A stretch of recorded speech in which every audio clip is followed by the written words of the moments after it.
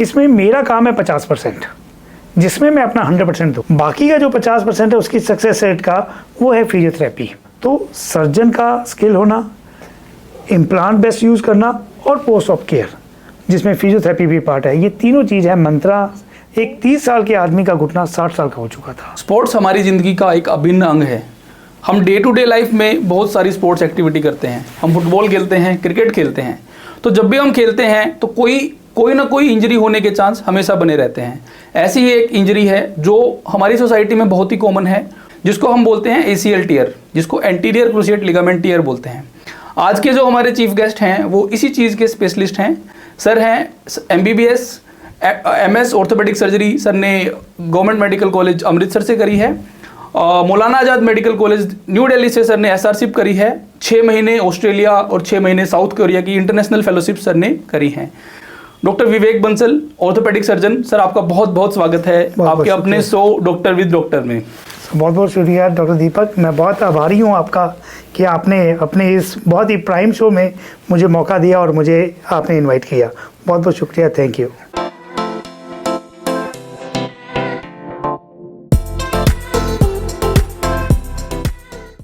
तो सर कैसे आप ऑर्थोपेडिक सर्जरी की तरफ आए और फिर कैसे आप ऑर्थोपेडिक स्पोर्ट्स इंजरी की तरफ आए?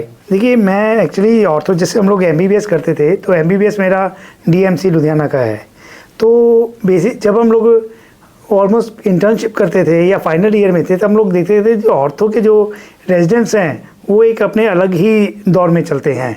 वो उन लोगों को ऐसा माना जाता था अभी ऑर्थोपेडिक्स अगर कोई ब्रांच PG में करनी है तो ऑर्थोपेडिक्स करनी है, और लड़कों के लिए स्पेशली। और इसमें बहुत ही अच्छा मतलब कि रेवोल्यूशन के साथ, टाइम के साथ जो एवोल्यूशन हुआ है वो बहुत ज़्यादा आ गया है। तो ये मेरा एक ड्रीम ब्रांच ही था। तो जब हमारा एग्ज़ाम हुआ PG के लिए तो इवन तो मेरे फादर डॉक्टर है, उन्होंने काफ़ी जोर लगाया कि मैं मेडिसिन की तरफ जाऊं, लेकिन थोड़ा सा उनसे मनवा के फिर मुझे ऑर्थोपेडिक्स का मौका मिल ही गया। तो सर ऑर्थोपेडिक में आने के बाद, ऑर्थोपेडिक्स में तो हम सारी हड्डियों का इलाज करते हैं, जैसे कि फ्रैक्चर का इलाज करते हैं, या तो ऑर्थोपेडिक में आने के बाद आप स्पोर्ट्स इंजरी की तरफ, यानी कि जैसे कि घुटने का या फिर शोल्डर का दूरबीन डाल के जो इलाज करते हैं, उसकी तरफ आपका रुझान कैसे हुआ? एक्चुअली जैसे मेरा जो MS ऑर्थो कंप्लीट हुआ तो मुझे मौका मिला मौलाना आज़ाद दिल्ली में जाके अपना सीनियर रेजिडेंसी करने का। तो वहाँ जो मैंने देखा भी, जो हमारा पंजाब से डिफरेंस था वो स्पोर्ट्स इंजरी का था। जैसा कि आप ऑलरेडी दिल्ली में बहुत बड़े बड़े सेंटर हैं स्पोर्ट्स इंजरी के, जैसे SIC हो गया है ना, और मेदांता हो गया, बहुत बड़े सेंटर्स हैं। तो मेरा थोड़ा सा शुरू में रुझान था यार ये की होल सर्जरी क्या होता है। जैसे आपको पता है भी जितने भी लिगामेंट की जो सर्जरीज है वो हम लोग की होल या बिना चीरे से करते हैं लेजर के द्वारा। तो मुझे तभी बाकी सारे ऑपरेशन तो हम लोग ओपन सर्जरी से करते हैं। तो चलिए स्पोर्ट्स में मज़ा आएगा, ये की होल सर्जरी है, ये थोड़ा हेड आई कोऑर्डिनेशन होता है। जैसे आप लोग ऑपरेट तो हाथों से करते हैं लेकिन टीवी में देख के करना होता था। तो ये जस्ट लाइक मुझे वीडियो गेम लगता था, मुझे लगता था मज़ा आएगा तो चलिए इधर बढ़ते हैं। लेकिन जो मुझे मेन जो मेरा रुझान है तब हुआ जब मुझे फेलोशिप्स का मौका मिला इंटरनेशनल। तो जैसा कि आपने ऑलरेडी बताया, 6 महीने मैंने ऑस्ट्रेलिया में लगाया, 6 महीने साउथ कोरिया में लगाया इसी स्पोर्ट्स इंजरी की फेलोशिप्स में। वहाँ जो हमारे प्रोफेसर थे, हमारे मेंटर थे, उनको देख के मतलब मैं प्रभावित हुआ और फिर मैंने चुना भी यही एक जो स्पेशलिटी है ये मेरे लिए बेहतर रहेगी, तो मैं इसकी तरफ हो गया। तो सर जैसे कि आज हम एंटीरियर क्रूशिएट लिगामेंट यानी कि ACL इंजरी के बारे में बात कर रहे हैं, तो सर ACL इंजरी क्या होता है? सबसे पहले तो ये बताइए कि ACL क्या होता है सर? बहुत बढ़िया सवाल किया डॉक्टर दीपक आपने। सो ACL एक्चुअली मैं आपको बहुत डिटेल में बताऊंगा। हमारा घुटना जो बेसिकली ऊपर की हड्डी जिसको हम लोग थाई बोन बोलते हैं और नीचे की हड्डी लेग बोन के बीच का जॉइंट है या बीच का जोड़ है, इन दोनों हड्डियों को घुटने के जोड़ में रोकने के लिए 4 रस्सियाँ होती हैं जिनको हम लिगामेंट बोलते हैं। आगे वाली रस्सी होती है जिसको हम लोग ACL बोलते हैं, पीछे की तरफ एक रस्सी होती है PCL बोलते हैं, एक अंदर की तरफ होती है MCL और एक बाहर की तरफ होती है LCL। तो जो आगे वाली रस्सी है जिसको हम ACL या एंटीरियर क्रूशियल लिगामेंट बोलते हैं, इसका काम है नीचे वाली हड्डी को आगे जाने से रोकना। मतलब इन चारों लिगामेंट का काम है घुटने को बांध के रखना, ना ये आगे जाने देते हैं, ना पीछे जाने देते हैं, ना अंदर जाने देते हैं, बाहर जाने देते हैं। तो 90% जो इंजरीज़ होती हैं वो एंटीरियर क्रूशियल लिगामेंट की इंजरीज़ होती हैं। तो ये जो इंजरीज़ हैं ये कभी भी, जैसे हमारे स्पोर्ट्स एथलीट्स हैं या हमारे नेशनल या इंटरनेशनल हमारे स्पोर्ट्स प्लेयर हैं या रोड ट्रैफिक एक्सीडेंट से, उसमें क्या होता है घुटने का थोड़ा सा ट्विस्टिंग हो जाता है और ये लिगामेंट टूट जाता है। तो इस तरीके से जो ACL की इंजरी है ये होती है, और ACL का काम है घुटने को स्टेबल रखना, उसको आगे जाने से, लचक से रोकना और रोटेटरी मूवमेंट को प्रिवेंट करना। तो सर क्या जैसे कि फुटबॉल खेलते हैं लोग, क्रिकेट खेलते हैं, क्या सारे गेम खेलने, सारे स्पोर्ट्स एक्टिविटीज़ में ACL इंजरी हो सकती है? हाँ, इसमें डॉक्टर दीपक ऐसा है, जहाँ पे भी थोड़ा सा पिवटिंग टाइप स्पोर्ट्स होगा। पिवटिंग का मतलब होता है भी, जैसे मैं आपको एक एग्जांपल देता हूँ, मैं दौड़ रहा हूँ, आगे एक खड्डा आ गया, तो एक वो जो पिट होल था वो मैंने देखा नहीं, मेरा पैर बीच में फंस गया। जैसे ही मेरा पैर बीच में फंसा, मेरा पैर तो जाम हो गया, लेकिन मेरी बॉडी का मूवमेंट था इनर्शिया का, तो वो बॉडी मेरी घूम गई, तो मेरा जो घुटना था वो जाम हो गया, बॉडी घूम गई, तो मेरा घुटना ट्विस्ट कर गया, पिवट कर गया। तो ऐसे में वो जो लिगामेंट है वो खींचा जाता है, वो खींचते खींचते दीज लिगामेंट जस्ट लाइक रबड़, जैसे हम लोग रबड़ को खींचते हैं, वो एक लेवल तक तो उसकी स्ट्रेंथ होती है, वो रोक पाएगी, एक लेवल के बाद वो टूट जाएगी। तो उसी तरह से ये जो लिगामेंट्स होते हैं एक लेवल तक तो स्ट्रेच को झेल लेते हैं, लेकिन उसके बाद फिर ये टूट जाते हैं। तो जिस भी स्पोर्ट्स में पिवटिंग इंजरीज होगी, जैसे कबड्डी में ले लीजिए, आपके पास कबड्डी खेलते हुए प्लेयर आ रहा है, तो दूसरे प्लेयर ने उस कबड्डी वाले प्लेयर को घुटना पकड़ लिया, तो जैसे उसका घुटना पकड़ा वो ट्विस्ट हो गया, तो ट्विस्ट हुआ तो पॉपअप की आवाज़ आई, तो लिगामेंट टूट गया। सो उसी तरीके से क्रिकेट में लगाइए, हॉकी में लगाइए, तो जितने भी ये जो स्पोर्ट्स हैं, आउटडोर गेम्स हैं, जहाँ पे ट्विस्टिंग होगी, पिवटिंग होगी, वहाँ ACL टूटने का डर है। सर आपने बहुत ही अच्छे तरीके से बताया कि कैसे ACL टूटता है। तो सर क्या जितने भी प्लेयर खेलते हैं सब लोगों को रिस्क बराबर होता है कि ACL टूटने का बराबर रिस्क होता है, या कुछ लोगों को रिस्क ज़्यादा होता है कि इनको ACL? देखिए, बहुत ही इंपॉर्टेंट क्वेश्चन है। हमारे जो घुटने के जो मसल्स हैं वो बड़ा इंपॉर्टेंट रोल प्ले करते हैं। अगर आप जैसे मेरा कद काठी लगाइए और एक स्पोर्ट्स पर्सन का लगाइए, ज़मीन आसमान का फ़र्क है। मेरे थाई के मसल्स को, स्ट्रेंथ को देखिए और उनको देखिए, ज़मीन आसमान का फ़र्क है। तो अगर मेरे केसेस में अगर छोटी सी भी पिवटिंग होगी तो ACL टूटने का डर है। वो लोग इतने बड़े लेवल पे खेलते हैं, नेशनल इंटरनेशनल लेवल पे खेलते हैं, और पिवटिंग का जो जोर है वो भी बहुत ज़्यादा होता है। तो अगर तो आपका मसल का स्ट्रेंथ ज़्यादा है तो आपका घुटना कहीं ना कहीं उस पिवटिंग को सह लेगा, और अगर आपका मसल का स्ट्रेंथ कम है, आप लीन हैं, आप वीक हैं, तो थोड़ी सी पिवटिंग हुई तो इसमें ACL का टूटने का डर है। तो तभी आपने देखा होगा, ऐसा नहीं है कि जितने भी प्लेयर हमारे खेलते हैं सबका ACL टूट गया, ऐसा कभी नहीं होता। फोर्स ऑफ इंजरी और मसल मास, ये दोनों चीज़ें डायरेक्टली इंपॉर्टेंट है ACL इंजरी के लिए। तो सर अगर किसी का ACL टूट गया है तो कैसे पता चलेगा कि ACL टूटा है या नहीं टूटा है? डॉक्टर के पास जाना है कि नहीं जाना है? क्योंकि हमारी सोसाइटी में ज़्यादातर लोग ये सोचते हैं कि छोटी मोटी चोट लग गई है, घर पे ही कुछ कर लेते हैं, ठीक हो जाएगा। देखिए, ये बड़ा इंपॉर्टेंट क्वेश्चन है। एक्चुअली 2-3 शॉर्ट्स और साइन होते हैं उसी टाइम घुटने के ऊपर, जिससे आप ACL इंजरी का पता चल जाता है।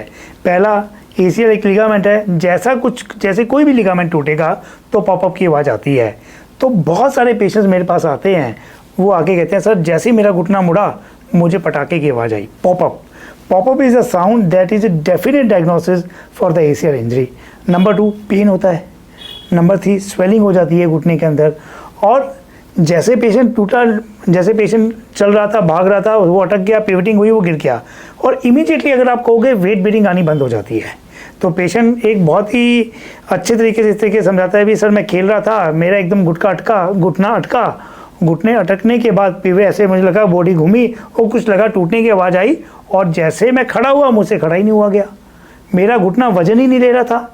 तो दीज आर द श्योर्स और साइंस जो कोई भी प्लेयर या कोई भी पेशेंट उसी टाइम थोड़ा सा डायग्नोज कर सकता है भी कुछ लिगामेंट का लोचा हो गया है उसके अंदर, कुछ तो अंदर टूटा है। तो सर ऐसे पेशेंट जब आपके पास आते हैं OPD में, फिर आप कैसे उनको आगे प्रोसीड कैसे करते हो सर?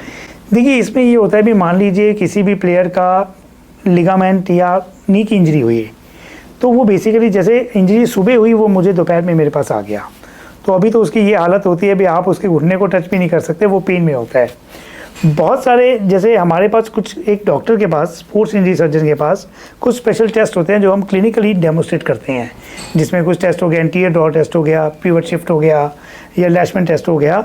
उसमें एक घुटने को थोड़ा सा मोड़ के हम लोग चेक करते हैं लिगामेंट टूटा है, या इस तरीके से लगा लीजिए, वो चेक करते हैं भी नीचे वाली हड्डी आगे आ रही है कि नहीं आ रही। तो जब एक्यूट इंजरी, एक्यूट का मतलब है कुछ घंटे हुए हैं या 1-2 दिन हुए हैं, तो पेशेंट हमें घुटना मोड़ने नहीं देता उस दौरान। तो अगर आप लिगामेंट की इंजरी भी है तो वो क्लिनिकल टेस्ट से डेमोस्ट्रेट तो नहीं कर सकते। ऐसे में हम लोग यही कहते हैं भी सर आप 1-2 दिन लीजिए मेडिसिन्स, एक्सरे नॉर्मल करवा लेते हैं, लेकिन लिगामेंट की इंजरी का एक बड़ा इंपॉर्टेंट है, वो एक्सरे में नहीं आते। मैंने बहुत मतलब कि ऐसे देखा है लोगों को, वो कहते हैं भी सर हमारा घुटना ऐसे मुड़ा, आवाज़ आई, फिर हम डॉक्टर के पास चले गए। उस डॉक्टर ने एक एक्सरे करा दिया और एक्सरे में उसने बोला अरे आपके तो मांस की चोट है, क्योंकि एक्सरे में तो लिगामेंट आता ही नहीं है। लेकिन उसके बाद मैं पिछले 2 महीने से कोशिश कर रहा हूँ खेलने की, मेरा घुटना वजन नहीं ले रहा। तो these typical signs are the definite indicator कि वहाँ पे कुछ ना कुछ ACL की इंजरी आई है। तो अगर तो बेसिकली आप लगा लीजिए एक्यूट इंजरी हम रेस्ट कराएंगे, 5-7 दिन में जब थोड़ा सा पेन खत्म होगा तो क्लिनिकल टेस्ट डेमोस्ट्रेट कर लेंगे। इसके अलावा जो श्योर साइन है वो है MRI। तो MRI है वो आपका डेफिनेट डायग्नोसिस बना देती है ACL इंजरी का। जैसे कि मैंने बताया भी, एक्सरे में तो पता नहीं चलता, तो MRI में सारे लिगामेंट्स पता चल जाते हैं। वो आपका ये भी बता देगा कि ACL का इंजरी है, वो आपका ये भी बता देगा ACL के साथ मेनिस्कस जो कुशन होता है दोनों हड्डियों के बीच में, जो शॉकर का काम करता है, वो भी बता देगा। या वो ये भी बता देगा भी आपका एक लिगामेंट टूटा है, ज़्यादा टूटा है। सो MRI is a definite diagnosis for the ACL injury. तो सर अगर MRI हमने करवा लिया है, MRI में ACL तो एक बड़ा लिगामेंट है जी। तो उसमें हम क्या देखते हैं कि ACL के ग्रेड होते हैं सर कोई? देखिए बहुत इंपॉर्टेंट क्वेश्चन है।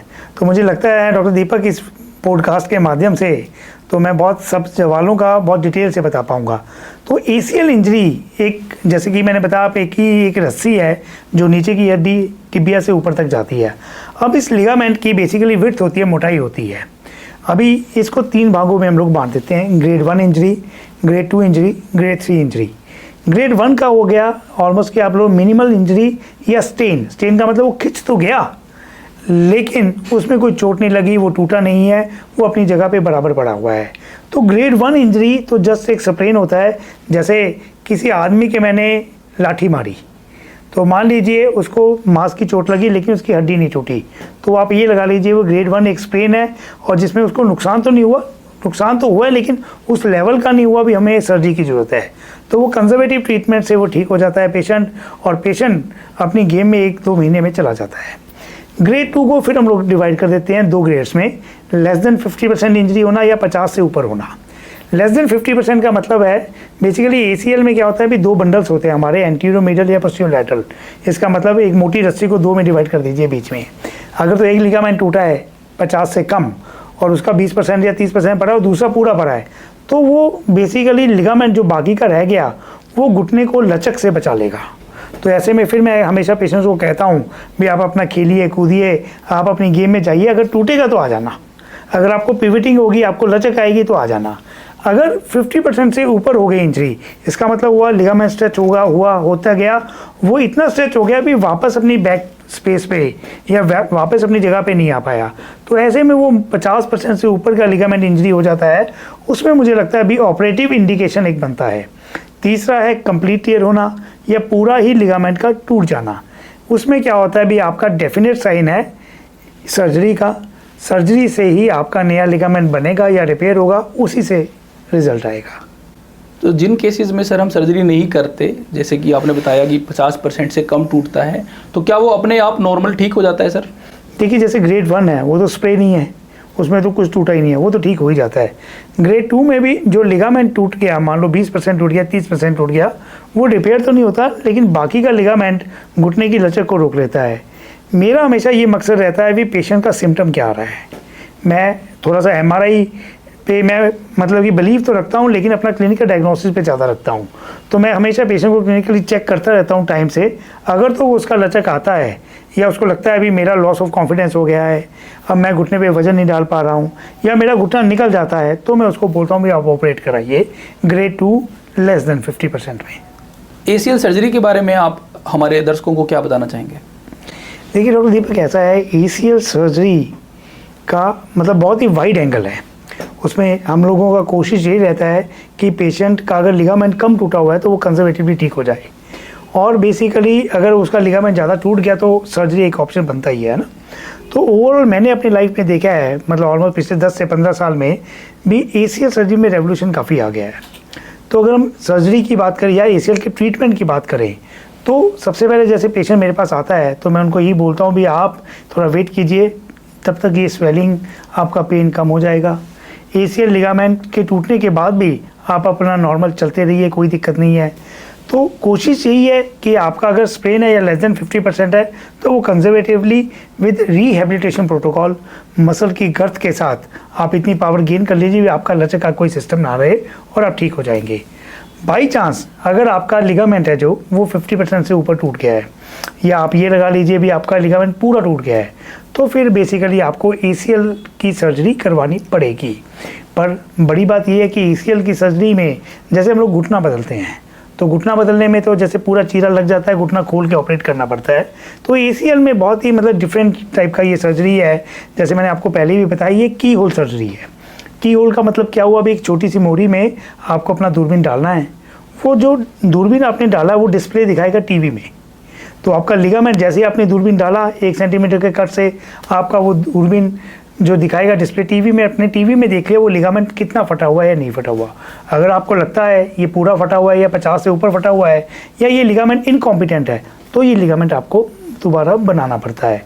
तो मैं हमेशा अपने पेशेंट्स को ये कहता हूँ कि ये एक तरह की लाइफ सर्जरी है, क्योंकि जिस टीवी में मैंने देख के ऑपरेट करना है उसी टीवी में पेशेंट भी देख सकता है। तो थोड़ा सा ऑथेंटिकेशन भी रहता है। फिर पेशेंट को ये भी बता दिया जाता है भी ये देखिए आपका ये लिगामेंट है, ये टूट गया था, ये लिगामेंट आपका नया बन गया, आपका ये कुशन है जो मेनिस्कस ये टूट गया है। तो इस तरीके से लाइफ सर्जरी में पेशेंट भी थोड़ा सा इंटरेस्ट दिखाता रहता है। तो सर ACL सर्जरी होने के बाद चलना कब स्टार्ट करते हैं? देखिए इसमें ये डिपेंड ये करता है भी आपका ACL के साथ साथ और क्या इंजरी है। अगर तो आपका केवल ACL इंजरी है तो आपके स्पोर्ट्स इंजरी सर्जन ने आपका ACL नया बना दिया। उस ACL का गर्थ भी 9 से 10 mm था, जिससे आप कह रहे भी बड़ा स्ट्रॉन्ग लिगामेंट उन्होंने बना दिया। उसके बाद बेसिकली हम जो पेशेंट को अगले दिन से खड़ा कर देते हैं वॉकर की हेल्प से। अगले 5-7 दिन में वो वॉकर से चलता है, गेट बैलेंसिंग करता है, अपना कॉन्फिडेंस रखता है, बाथरूम टॉयलेट जाता है तो अपना अच्छे से चलना शुरू कर देता है। करीब 4-5 दिन वॉकर के साथ फिर हम लोग स्टिक पे ले आते हैं। स्टिक से बेसिकली आप ये लगा लीजिए वो धीरे धीरे चलता रहता है और 2 हफ्ते में स्टिक से कंफर्टेबल हो जाता है। और 2 हफ्ते के बाद जैसे 1-2 स्टिचेस होते हैं हम काट देते हैं। उसके बाद मैं पेशेंट को बोलता हूँ भी आप इंडिपेंडेंट बिना किसी वॉकर से और बिना किसी स्टिक से चलिए। लेकिन इससे इम्पॉर्टेंट क्या है कि दूसरे दिन से हम एक्सरसाइज शुरू कर देते हैं जिसको बोलते हैं आइसोमेट्रिक क्वाड्रिसेप्स। जैसे जैसे मसल मास बढ़ता है तो वो मसल का गर्थ बढ़ने से लिगामेंट की स्टेबिलिटी भी बढ़ती है। तो ये मेरा मानना है। कुछ पेशेंट्स बहुत ज़्यादा मोटिवेटेड होते हैं, वो 3 से 4 दिन वॉकर भी छोड़ देते हैं, स्टिक भी छोड़ देते हैं। तो ये डिपेंड ये करता है कि पेशेंट कितना मोटिवेटेड है, उसका मसल का गर्थ कितना है। लेकिन हमारी ये कोशिश रहती है भी हम अगले दिन ही पेशेंट को चला दें प्लेन ACL इंजरी में। अगर मान लीजिए मेनिस्कस टियर हो गया साथ में, क्योंकि ACL अकेला फटता नहीं है, ACL के साथ साथ कुशन भी फट जाता है, बाकी लिगामेंट भी टूट जाते हैं। अगर मेनिस्कस टियर हो गया तो प्रोटोकॉल थोड़ा सा डिफरेंट हो जाता है। उसमें क्या रहता है कि आजकल पहले क्या होता था ACL का जो कुशन फटा उसको निकाल दिया, आजकल उसको प्रिजर्व करने की कोशिश करते हैं। जैसे एक हम लोग ने मुहिम चला रखी है सेव द मेनिस्कस, वो मेनिस्कस को बचाएं, कुशन को बचाएं और उसको पूरी ज़िंदगी यूज़ करें। तो जब हम मेनिस्कस को रिपेयर करते हैं स्टिचेस के साथ या टांकों के साथ तो फिर हम 6 हफ्ते के लिए नॉन वेट बेयरिंग, इसका मतलब घुटने के ऊपर वजन नहीं डालते। ऐसे में जो हमने लिगामेंट या जो मेनिस्कस हमने रिपेयर किया है उसके स्टिचेस का जो जोड़ था वो कम हो जाता है और मेनिस्कस जुड़ना शुरू हो जाता है। फिर 6 हफ्ते बाद धीरे धीरे हम वजन शुरू कराते हैं और पूरा ठीक होने में 6 महीना लगता है। इसमें घुटने के पट्टे का भी कोई रोल होता है सर, ब्रेसिस? हाँ, तो सर इसमें ब्रेसिस का ये रोल है। Braces actually sir short term role है उसका, क्योंकि जैसे घुटने को स्टेबल रखने के लिए हम लोग ब्रेस या पट्टा यूज़ करते हैं। वो ब्रेस को बेसिकली हम घुटने में, जैसे हमने अगले दिन खड़ा किया तो ब्रेस बांध दिया तो पेशेंट को थोड़ा सा स्टेबल लगता है, नहीं उसको ऐसे लगता नहीं है लचक मारेगा, तो उससे 5-7 दिन हफ्ता चलवाते हैं। कोशिश ये रहती है कि अगर आपका मसल मास ज़्यादा है तो आप ब्रेस को मत यूज़ कीजिए, क्योंकि ब्रेस का जो एक नुकसान है वो है भी आपका जो मसल के मास को वो कम कर देता है। क्यों? आप ब्रेस की हेल्प ले रहे हैं, आप अपना मसल यूज़ ही नहीं कर रहे हैं, तो धीरे धीरे वो मसल ना उसका एट्रोफी होता रहता है। तो मैं अपने पेशेंट्स को ऐसे ही मोटिवेट करता हूँ भी आप 2-4 दिन आप लगा लीजिए, फिर आप इसको उतारिए। तो पेशेंट लोग यूज़ करते हैं लेकिन हम लोग बहुत ज़्यादा रेकमेंड नहीं करते। सर जो स्पोर्ट्स प्लेयर होते हैं जिन लोगों को ACL टियर होता है, ACL की सर्जरी के बाद वो वापस अपने स्पोर्ट्स पे कब जा सकते हैं? बहुत ही इंपॉर्टेंट क्वेश्चन है ये। जो क्वेश्चन है मेरे पास, जितने हमारे पास बहुत सारे जैसे कबड्डी प्लेयर्स हैं, आपको पता ही होगा पंजाब तो कबड्डी का एक गढ़ है। तो हरियाणा में जैसे रेसलिंग है तो पंजाब में कबड्डी है। तो बहुत सारे हमारे पास जो प्लेयर आते हैं 60 से 70% वो कबड्डी प्लेयर्स होते हैं। तो उनका एक ही सवाल होता है, इन लोगों का एक सीज़न रहता है। सीज़न का मतलब हुआ भी, जैसे आप लगा लीजिए ये लोग ऑलमोस्ट अक्टूबर से शुरू करते हैं और फरवरी तक खेलते हैं, तो जितनी भी चोट वोट इनको लग जाती है तो फरवरी के बाद ये फिर डॉक्टर के पास आना शुरू कर देते हैं। तो मान लीजिए किसी एक इंसान का उसकी सर्जरी मैंने मार्च में कर दी, तो मार्च में मैंने की तो उसका रिहेबिलिटेशन प्रोटोकॉल अगले दिन से शुरू हो गया। तो पहले 3 हफ्ते में वो अपना चलेगा, कॉन्फिडेंस गेन करेगा, सब कुछ बहुत बढ़िया से करेगा। 3 महीने में जो हमने लिगामेंट बनाया है उसका लिगामेंटाइजेशन हो जाएगा। लिगामेंटाइजेशन का मतलब वो आपके ओरिजिनल लिगामेंट की जगह ले लेगा। जिस हड्डी में आपने खड्डे करके उस लिगामेंट को डाला था वो खड्डे भर जाएंगे, वो आपका नेचुरल एसीएल शो करना शुरू हो जाएगा। तो 3 महीने से हम लोग अग्रेसिव फिजियोथेरेपी शुरू करवाते हैं, जॉगिंग शुरू कराते हैं, रनिंग शुरू कराते हैं, गर्थ शुरू करा देते हैं, लंजेस शुरू करा देते हैं। 3 महीने से 9 महीने का टाइम है जिसमें पेशेंट फिजियोथेरेपी और अपनी मसल की गर्थ को वापस लेके आता है। तो मेरा ये मानना है 6 से 9 महीने में पेशेंट रेडी हो जाता है अपने स्पोर्ट्स को खेलने के लिए, चाहे वो नेशनल या इंटरनेशनल लेवल का हो। वो डिपेंड ये करता है, कोई आदमी 6 महीने में गर्थ पूरी डाल लेता है और वो खेलने लग जाता है, और किसी को 9 लग जाते हैं। तो एक सीज़न बीच में मिस करना पड़ता है। जैसे मैंने बोला मार्च में, तो मार्च से लेकर दिसंबर तक का आप टाइम मैक्सिमम लगा लीजिए, जनवरी में वो तैयार हो जाएगा खेलने के लिए। सर कुछ लोगों को ऐसा लगता है कि एक बार अगर एसीएल टूट गया तो ज़िंदगी भर के लिए हमारा घुटना कमज़ोर हो गया है, चाहे वो रिकवर हो जाएं, चाहे वो स्पोर्ट्स एक्टिविटी स्टार्ट कर दें, लेकिन एक मन में सोच बनी रहती है कि मेरा एसीएल टीयर हुआ था, मेरा घुटना कमज़ोर है। देखिए होता क्या है, जब भी एसीएल इंजरी होती है घुटने में लचक आनी शुरू हो जाती है, तो बहुत सारे हमारे पेशेंट्स हैं या प्लेयर्स हैं उनको लॉस ऑफ कॉन्फिडेंस हो जाता है। अब जब लॉस ऑफ कॉन्फिडेंस होगा, मान लीजिए भगवान ने हमें 2 टांगें दी हैं, एक टांगे में लिगामेंट मेरी टूट गई तो मैं उस पर राइट टांग पे वजन डालना मैंने बंद कर दिया। अब जो राइट टांग पे वजन डालना मैंने बंद कर दिया, लेफ्ट पे ज़्यादा डलता हूँ क्योंकि राइट पे मुझे कॉन्फिडेंस नहीं है, तो इसका जो मसल मास है वो कम हो जाएगा। ये वही आप एग्जांपल ले लीजिए भी, मैं रोज़ बाइसेप्स लगाता हूँ, मैं बाइसेप्स लगाऊंगा, मेरे जो बाइसेप्स हैं वो अच्छे बन जाएंगे। अगर मैं बाइसेप छोड़ दूंगा वो ख़त्म हो जाएंगे।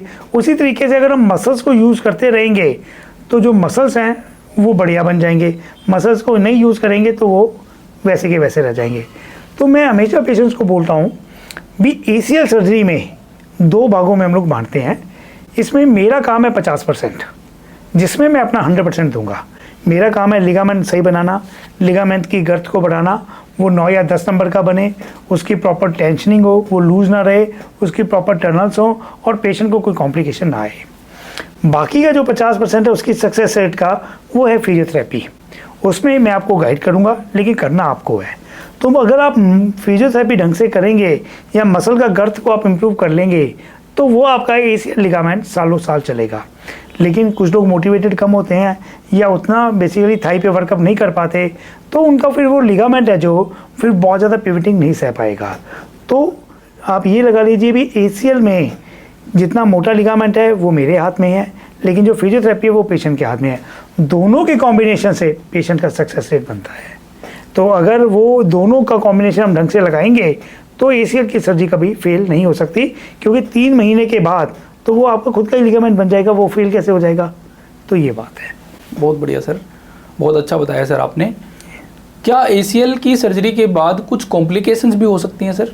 देखिए कॉम्प्लिकेशन तो पार्ट ऑफ सर्जरी है। आप छोटी से छोटी सर्जरी, मान लीजिए किसी के हल्का सा चीरा भी लगा देंगे, उसमें भी कॉम्प्लिकेशन आ सकती है। तो एसीएल सर्जरी बाहर से तो ये लगता है भी कोई बड़ी सर्जरी नहीं है क्योंकि इसमें चीरा नहीं है, लेकिन अंदर से तो हम सब कुछ करते हैं ना। तो कॉम्प्लिकेशन भी एक पार्ट है एसीएल सर्जरी का। लेकिन एक अच्छा डॉक्टर या एक अच्छा सर्जन का यही चैलेंज रहता है भी मैं अपने पेशेंट्स में कॉम्प्लिकेशंस को मत होने दूँ। बहुत सारी कॉम्प्लिकेशन जैसे इमीडिएटली पेन हो सकती है, स्वेलिंग हो सकती है, स्टिफनेस हो सकती है, आपका ग्राफ्ट है वो लूज़ हो सकता है, ग्राफ्ट आपका इम्पिंज कर सकता है, ग्राफ्ट आपका फेलियर हो सकता है, इसके साथ साथ आपका इन्फेक्शन भी हो सकता है। तो उसी तरीके से मैं कहता हूँ एसीएल सर्जरी में 3 चीज़ें या उसकी कॉम्प्लिकेशन को रोकने के लिए 3 मंत्र हैं। सबसे पहला मंत्र है कि आपका सर्जन कितना का मतलब स्किलफुल है। अगर आपका सर्जन बहुत अच्छे से ग्राफ्ट को लेगा, उसको बनाएगा, उसकी प्रॉपर टेंशनिंग करेगा, उसको इम्पिंजमेंट से रोकेगा, उसको पूरे अच्छे से टनल में बना के रखेगा, तो कहीं ना कहीं एसीएल का सक्सेस रेट बढ़ जाता है। या स्टेरलाइट कंडीशन रखेगा तो इन्फेक्शन से बचेगा, अर्ली मोबिलाइज कराएगा तो स्टिफनेस से बचेगा। नंबर 2 है, सौरभ दीपक, ऐसा है जैसे कि आप ऑन्को सर्जन हैं, तो मैं ये मानता हूँ कि जो ऑर्थोपेडिक्स है वो स्पेशलिटी में बट गई है। जैसे मैं एक स्पोर्ट्स इंजरी सर्जन बन गया, आप ऑन्को सर्जन बन गए, वैसे ही जॉइंट रिप्लेसमेंट सर्जन है, स्पाइन सर्जन है। तो ऑर्थोपेडिक्स पिछले 20 से 30 साल में बहुत ज़्यादा एक रेवोल्यूशनरी स्टेप ले चुकी है। अभी क्या है, हम सब ने अपने अपने भाग बांट लिए हैं।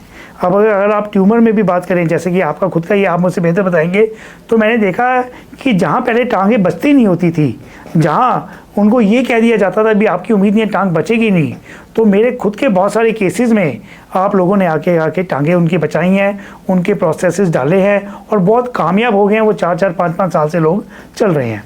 उसी तरीके से ACL में भी इम्प्लांट्स धीरे धीरे मतलब कि आगे रेवोल्यूशनाइज हो रहा है। आज हमारे पास बेस्ट इम्प्लांट्स हैं। अगर हम बेस्ट इम्प्लांट्स को यूज़ करते हैं तो ACL सर्जरी के सक्सेस रेट बहुत ज़्यादा बढ़ जाते हैं। और नंबर 3 है post op care. Post op care में हम लोग कहते हैं भी पेशेंट का ध्यान रखना, रिहेबिलिटेशन प्रोटोकॉल फील करना, उसको सिखाना, उसको फिजियोथेरेपी सिखाना।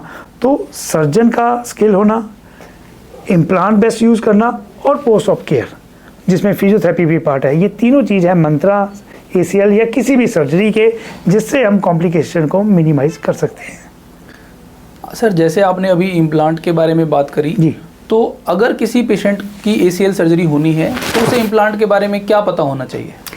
देखिए, ACL जब हम लिगामेंट को फिक्स करते हैं, जो भगवान ने लिगामेंट दिया था वो तो बीच में डाल के दे दिया।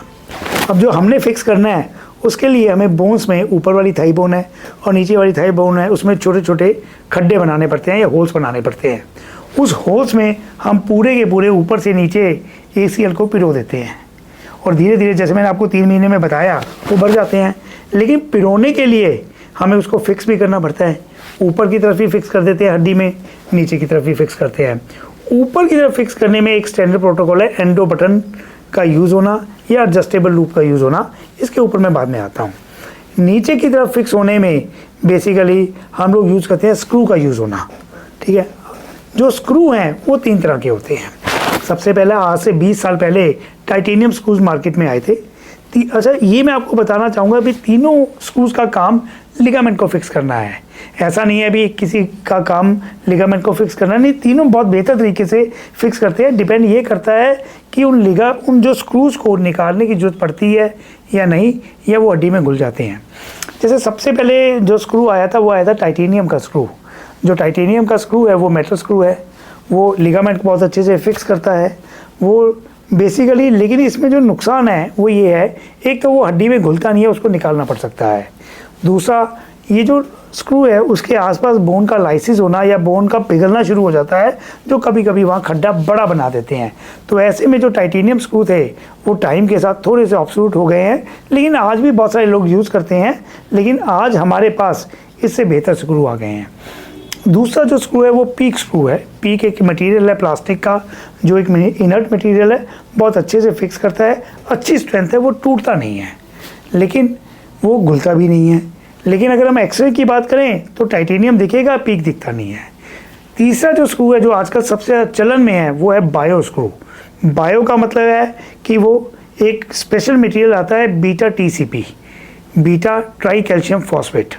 ये हड्डी जैसा ही है, तो ये स्क्रू 4 से 5 साल में हड्डी में घुल जाता है और हड्डी बन जाता है। तो आजकल हम लोग बीटा TCP का यूज़ करते हैं ताकि पेशेंट कंफर्टेबल हो। पेशेंट के जो खड्डे हैं कुछ लिगामेंट से बढ़ गए और जो हमने स्क्रूज डाले हैं वो सीधा ही हड्डी बन जाएं। तो आजकल TCP का ज़माना है, लेकिन देखते हैं धीरे धीरे जैसे जैसे और रेवोल्यूशन आएगा तो उसको इन्वॉल्व करेंगे। अच्छा, दूसरी ये बात है ऊपर की तरफ फिक्स करना।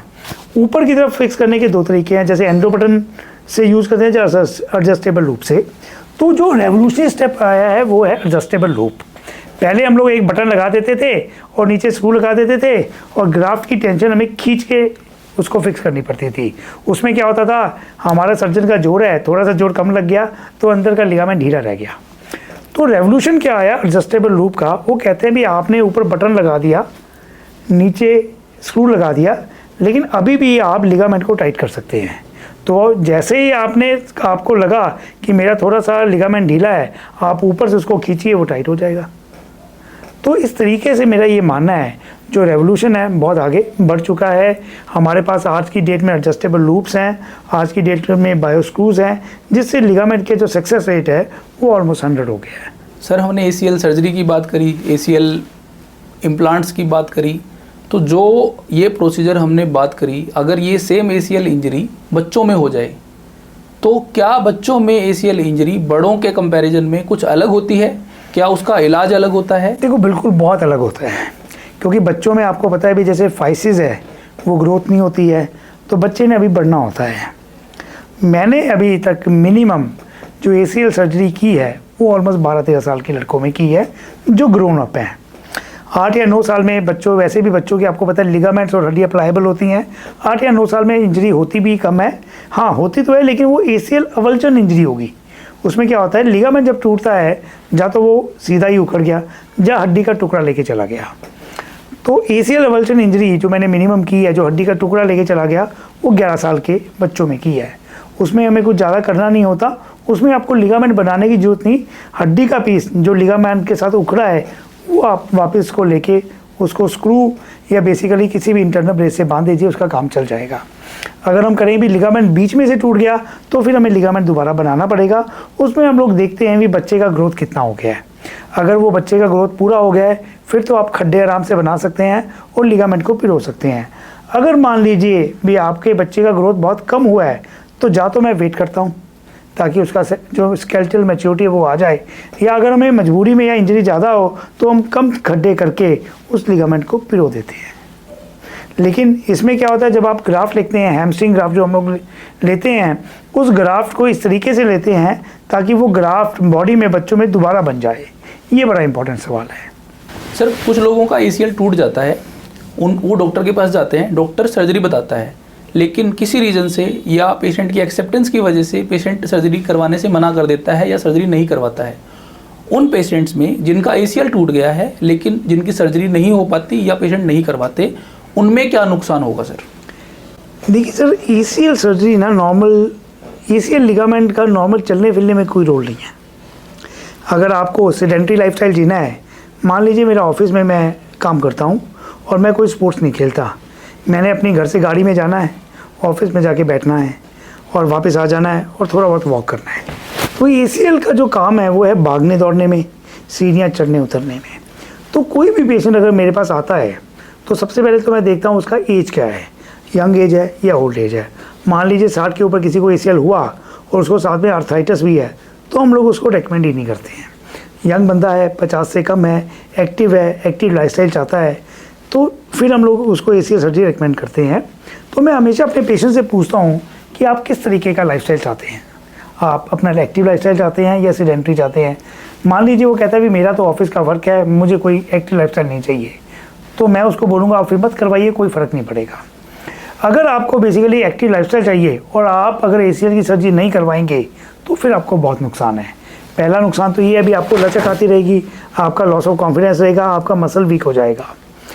फिर क्या है, जब आपका ACL लिगामेंट होता है तो ये जब लिगामेंट नीचे वाली हड्डी को आगे आने से रोकता भी है और उसको जर्की मूवमेंट से भी रोकता है। अगर आपका ACL टूट गया तो आपकी नीचे वाली हड्डी जैसे ही आगे आएगी वो ऊपर वाली हड्डी से घिसती हुई आएगी, तो आपको आर्थराइटिस होने के चांसेस रहते हैं। नंबर 2, आपका मेनिस्कस टियर हो जाता है। मैंने सर ऐसे भी पेशेंट्स देखे हैं जिसको मैंने ACL सर्जरी एडवाइस की और उसने 5 साल नहीं करवाई। वो 5 साल बाद जब मेरे पास आए तो उनका घुटना, एक 30 साल के आदमी का घुटना 60 साल का हो चुका था। तो मैं हमेशा ये अपने पेशेंट्स को मोटिवेट करता हूँ कि आप ACL इंजरी को इग्नोर मत कीजिए, नहीं तो आपका घुटना ख़राब हो जाएगा। और अगर आप अपना एक्टिव लाइफस्टाइल चाहते हैं तो just go for an ACL surgery. Sir जैसे कि आपने बताया कि आज के टाइम पे एडवांसमेंट बहुत ज़्यादा होती जा रही है, तो क्या ऐसी एडवांसमेंट है जो आपको बहुत प्रभावित करती है ACL के ट्रीटमेंट में? देखिए, जैसा कि मैंने आपको बताया, अगर आजकल आप YouTube पे देखेंगे तो एक बहुत चलन है ऑल इनसाइड इंटरनल ब्रेस का। बहुत सारे ऐसे लोग ऐसा दावा करते हैं भी आप ACL की सर्जरी करवानी है तो इंटरनल ब्रेस से करवाइए। तो मेरा ये मानना है, इंटरनल ब्रेस एक सिंथेटिक मटेरियल होता है जिसको हम लिगामेंट के साथ लगा देते हैं।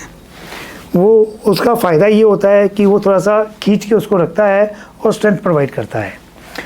लेकिन अब सवाल ये है अभी सब लोगों में इंटरनल ब्रेस की ज़रूरत है या नहीं, ये बड़ा पेचीदा क्वेश्चन है। तो जैसे हम लोग ग्राफ लेते हैं तो ग्राफ को हम लोग फोल्ड करना शुरू कर देते हैं। तो फोल्ड करके हम लोग डबल कर दिया, ट्रिपल कर दिया, क्वाड्रपल कर दिया, 4 गुना कर दिया, तो उसमें हम लोग देखते हैं उसका मोटाई कितना आ गया, उसका लेंथ कितना आ गया। अगर तो आपका ग्राफ का नंबर 9 या 10 आ गया तो आपको इंटरनल ब्रेस की ज़रूरत नहीं है, जो कि मैं मोस्ट ऑफ द केसेस में ट्राई करता हूँ। लेकिन अगर आपका जो ग्राफ का नंबर है या उसकी विड्थ 6 या 7 नंबर है या 6 या 7 mm है, तो आप इंटरनल ब्रेस का यूज़ कर सकते हैं, जस्ट कि वो टूटे ना, क्योंकि इतना पतला लिगामेंट अगर आप लगा देंगे तो उसके टूटने के चांस बहुत ज़्यादा रहते हैं। लेकिन नुकसान क्या है इंटरनल ब्रेस का, जैसे कि मैंने आपको बताया ये एक सिंथेटिक मटेरियल है, तो इन्फेक्शन के बहुत ज़्यादा चांसेस हैं। जहाँ इन्फेक्शन लेस देन 1% था वो 3-4% तक हो जाता है। तो मेरी कोशिश ये रहती है भी इंटरनल ब्रेस को मजबूरी में हम लोग लगाएं, या कुछ पेशेंट्स का ये रहता है ये भी हम लोग तो इंटरनल ब्रेस ही लगवाएंगे, तो उनसे कंसेंट लेके हमें इंटरनल ब्रेस हम उनके लगा देते हैं। मैं कोशिश तो करता हूँ उनको समझाने की, बाकी चलिए पेशेंट की मर्जी होती है, वही अपना डिसीजन फैक्टर लेता है। तो जो इंटरनल ब्रेस आ गया, एक तो वो एक एडवांसमेंट आ गई है। नंबर 2 मैंने आपको बताया कि जैसे पहले हमारे पास एंडो बटन था, अब ये एडजस्टेबल लूप आ गई है ताकि हम लिगामेंट को ढीला ना छोड़े, टाइट करें। और नंबर 3 जैसे बायो स्क्रू आ गया है। एक और टेक्निक है जिसको हम बोलते हैं ऑल इनसाइड टेक्निक। अभी क्या होता है, जैसे जो ट्रेडिशनल टेक्निक है वो है स्क्रू वाली टेक्निक। जैसे हमने स्क्रू से लिगामेंट को फिक्स कर दिया, स्क्रू से जब हम लोग फिक्स करते हैं तो नीचे वाली हड्डी में खड्डा बड़ा बनाना पड़ता है और हम लोग स्क्रू से फिक्स कर देते हैं, मतलब बड़े का मतलब पूरा ऊपर से लेके नीचे तक। ऑल इनसाइड में क्या होता है भी आपको खड्डा पूरा बनाने की ज़रूरत नहीं है, आप नीचे वाली हड्डी में आधा खड्डा बना के आपका काम चल सकता है। लेकिन थोड़ा सा ऑल इनसाइड में आप ये लगाइए कि लिगामेंट लूज ना रह जाए, इसलिए आपको स्पेशलाइजेशन की ज़रूरत है। तो आजकल ऑल इनसाइड का टेक्निक भी आ गया है जो बहुत कारगर है। ऑल इनसाइड इंटरनल ब्रेस का भी आ गया है, स्क्रूज भी हमारे पास बायो स्क्रू हैं, ऊपर से बटन भी एडजस्टेबल लूप है। तो एसीएल सर्जरी में रेवोल्यूशन बहुत आगे बढ़ चुका है। सर अगर हम जेंडर के बेसिस पे देखें तो लड़के और लड़कियों में क्या एसीएल इंजरी में कुछ इलाज में या इंसिडेंस में कोई फ़र्क है? देखिए बड़े इंपॉर्टेंट क्वेश्चन है। एक यूरोपियन स्टडी आई थी जिन्होंने ये प्रूव किया कि जो एसीएल इंजरी है वो फीमेल्स में बड़ी कॉमन है। अगर आप अपनी प्रैक्टिस में देखेंगे तो हमारे पास लड़के ज़्यादा आते हैं, फीमेल्स कम आती हैं, लेकिन जो इंजरी का प्रेवलेंस है वो लड़कियों में ज़्यादा है। इसके बड़े ही मतलब आप लगा लीजिए बहुत सारे इसके रीजंस हैं, जिसमें एक दो मुख्य कारण ये हैं। एक तो genetically females are different than the males, क्योंकि जो फीमेल्स हैं वो बेसिकली उनका जेनेटिक्स मेल से बहुत अलग है, हार्मोन्स अलग हैं, तो शरीर की बनावट ऐसी है कि अगर उनका लिगामेंट या उनकी थोड़ी सी भी पिवटिंग होगी तो इंजरी हो सकती है। नंबर 2 जो फीमेल्स की हैं वो एक एज के बाद जो बोन है थोड़ी सी ऑस्टियोपोरोटिक हो जाती हैं, उस चक्कर में लिगामेंट टूटने के काफ़ी ज़्यादा डर रहते हैं या लिगामेंट अपनी हड्डी के साथ उखड़ जाते हैं। अगर हम ट्रीटमेंट की बात करें तो जैसे ये डिपेंड करता है भी आपका जो बेसिकली जेंडर है, मेल है या फीमेल है, उसका कदकाठी कितना है और उसका मसल पावर कितना है। मेल प्लेयर्स में आपको पता है जैसे भी उसका कदकाठी भी बड़ा रहता है और उसका मसल का पावर भी ज़्यादा होता है, तो लिगामेंट जो हम लोग लेते हैं उसकी लंबाई भी ज़्यादा होती है, उसकी विड्थ भी ज़्यादा होती है, तो नॉर्मली 9 या 10 नंबर का बन जाता है। फीमेल्स में वो आपकी इंटरनल ब्रेस वाली बात आ जाती है। फीमेल्स में उनकी कदकाठी भी शॉर्ट है, तो उनकी लंबाई भी लिगामेंट की जो हम हार्वेस्ट करते हैं कम रहती है और उसकी मोटाई भी कम रहती है। तो ऐसे में उसका जो ग्राफ्ट है 7 या 8 नंबर का बनता है, इवन तो हम लोग कोशिश करें बड़ा बने, लेकिन 8 तक स्टैंडर्ड रहता है। ऐसे में हम लोग इंटरनल ब्रेस हाथ में लगा देते हैं ताकि लिगामेंट की जो स्ट्रेंथ है या टाइटनेस है वो बनी रहे। तो ये एक बड़ा मोटा कारण है मेल और फीमेल जेंडर में। सर कोई पेशेंट एसीएल की सर्जरी के बाद अब एसीएल इंजरी से रिकवर हो रहा है, उसको आप क्या एडवाइस देना चाहेंगे? देखो एसीएल एक बड़ी ही बेसिक इंजरी है, बहुत सारे लोगों में होती है। वैसे इसका ट्रीटमेंट है, अगर आप वेस्टर्न की बात करें तो वहाँ तो डे केयर ट्रीटमेंट है, सुबह ऑपरेट करते हैं, शाम को छुट्टी दे देते हैं। उसके बाद जैसे कि मैंने आपको बताया अभी एसीएल सर्जरी में रिकवरी का बड़ा इंपॉर्टेंट रोल है या रिहेबिलिटेशन का इंपॉर्टेंट रोल है। तो हम लोग नेक्स्ट डे से जैसे पेशेंट को चलवाना शुरू कर देते हैं, साथ में फिजियोथेरेपी भी शुरू करवा देते हैं। तो मैं अपने सभी पेशेंट से यही बोलता हूँ कि जो रिहेबिलिटेशन प्रोटोकॉल है, जो पहले 6 हफ्ते का अलग है, फिर 6 हफ्ते का अलग है और फिर एंड के 12 हफ्ते का अलग है। तो पहले 6 वीक्स में तो हम लोग आइसोमेट्रिक क्वाड्रिसेप्स करवाते हैं ताकि मसल का गर्थ बने। 6 से लेके 12 हफ्ते में ACL का जो लिगामेंट का सबसे ज़्यादा जो टूटने का चांस है वो 6 से 12 हफ्ते का है। 12 हफ्ते के बाद उसका लिगामेंटाइजेशन हो जाता है। तो 6 से 12 हफ्ते में फिर हम लोग बोलते हैं उसको, उनको लगता है उनका कॉन्फिडेंस तो आ गया है, लेकिन आप स्ट्रेंथ पे ध्यान दीजिए। लेकिन स्ट्रेंथ इतनी ज़्यादा भी नहीं करनी कि आपका लिगामेंट के ऊपर लोड ज़्यादा हो। 3 महीने से 6 महीना, जो कि आप लगा लीजिए 12 से लेकर 24 हफ्ता है, उसमें फिर हम लोग अग्रेसिवली मतलब कि पेशेंट को फिजियोथेरेपी या उनकी स्ट्रेंथ के ऊपर ध्यान देते हैं। तो पेशेंट्स को मैं हमेशा यही कहता हूँ कि ACL सर्जरी में आपकी फिजियोथेरेपी, आपका रिहेबिलिटेशन प्रोटोकॉल, आपकी एक्सरसाइज उतनी ही इम्पॉर्टेंट है जितना सर्जन का काम है। तो मोस्ट ऑफ द पेशेंट्स जो कि प्लेयर्स रहते हैं वो इस बात को समझते हैं और वो हमारे उम्मीद से ज़्यादा ही उसके ऊपर काम करते हैं और अपनी गेम पे वापस चले जाते हैं। सर, क्या कोई इंटरेस्टिंग स्टोरी आप शेयर करना चाहेंगे किसी ACL के पेशेंट की जिसका आपने इलाज किया है? देखिए, डे टू डे लाइफ में जैसे हम लोग प्रैक्टिस करते हैं, बहुत सारे लोग हमारे पास आते हैं, प्लेयर्स आते हैं, वो अपनी इंटरेस्टिंग स्टोरी बताते हैं, जिससे हम लोग भी इंस्पायर होते हैं कि इतनी इंजरी के बाद, मतलब मेरा ये मानना है, मैं अपने सभी प्लेयर्स को कहता हूँ कि जो वो लोग फेम पाते हैं उनका सेक्रीफाइस कहीं ना कहीं उनका घुटना करता है, क्योंकि उन लोगों को इतनी इंजरीज होती रहती हैं और फिर भी वो मतलब इतनी मोटिवेटेड होते हैं, भी गेम टू गेम खेलते रहते हैं। ऐसे एक बहुत ही फेमस हमारे प्लेयर हैं हमारे कबड्डी के, पंजाब के ही, वो मैं नाम तो नहीं लूँगा लेकिन उनकी इंटरेस्टिंग स्टोरी बताता हूँ। तो करीब 2016 से वो खेल रहे थे। 2016 में उनको ACL की इंजरी हुई, फिर भी वो 6 महीना साल खेलते रहे। तो 2017 में, मतलब जब मैं यहाँ पे अभी नहीं आया था, तो उन्होंने चंडीगढ़ में एक अच्छे सर्जन से ACL की सर्जरी करवाई। तो जो 2017 से करवाई वो अपनी बैक टू गेम में वापस चले गए। 2 से 3 साल फिर बहुत अच्छा खेलते रहे। तो ऐसे में मैं हमेशा ये कहता हूँ, पेशेंट मुझसे ये पूछते हैं कि जो आपने घुटना लिगामेंट बना दिया वो क्या कभी दोबारा टूटेगा या नहीं? तो मैं हमेशा कहता हूँ भी इंजरी का लेवल डिपेंड करता है दूसरी बार टूटेगा कि नहीं। अगर भगवान का दिया हुआ लिगामेंट टूट गया तो आदमी का लिगामेंट बनाया हुआ भी टूट सकता है अगर आपकी इंजरी उतनी बड़ी हुई। तो उसी तरीके से इन पेशेंट ने 2 साल कबड्डी खेला, 2019 के करीब तो उनका दोबारा लिगामेंट टूट गया। तो वो मेरे पास आए, तो मैंने उनको कहा भी रिवीजन आपका होगा तो आपका लिगामेंट दोबारा बनाना पड़ेगा। पर कहीं ना कहीं उनको एक बार सर्जरी करा चुके थे, तो फिर बेसिकली उनका मन नहीं किया। तो फिर बाद में बेसिकली उन्होंने कहीं से मतलब कि सर्जरी दोबारा फिर करवाई चंडीगढ़ से। तो उसके बाद 2020 से लेके 22 तक फिर खेले। तो उसके बाद फिर वो आए हमारे पास, ठीक है। तो उन्होंने कहा भी बेसिकली भी मुझे दोबारा चोट लग गई।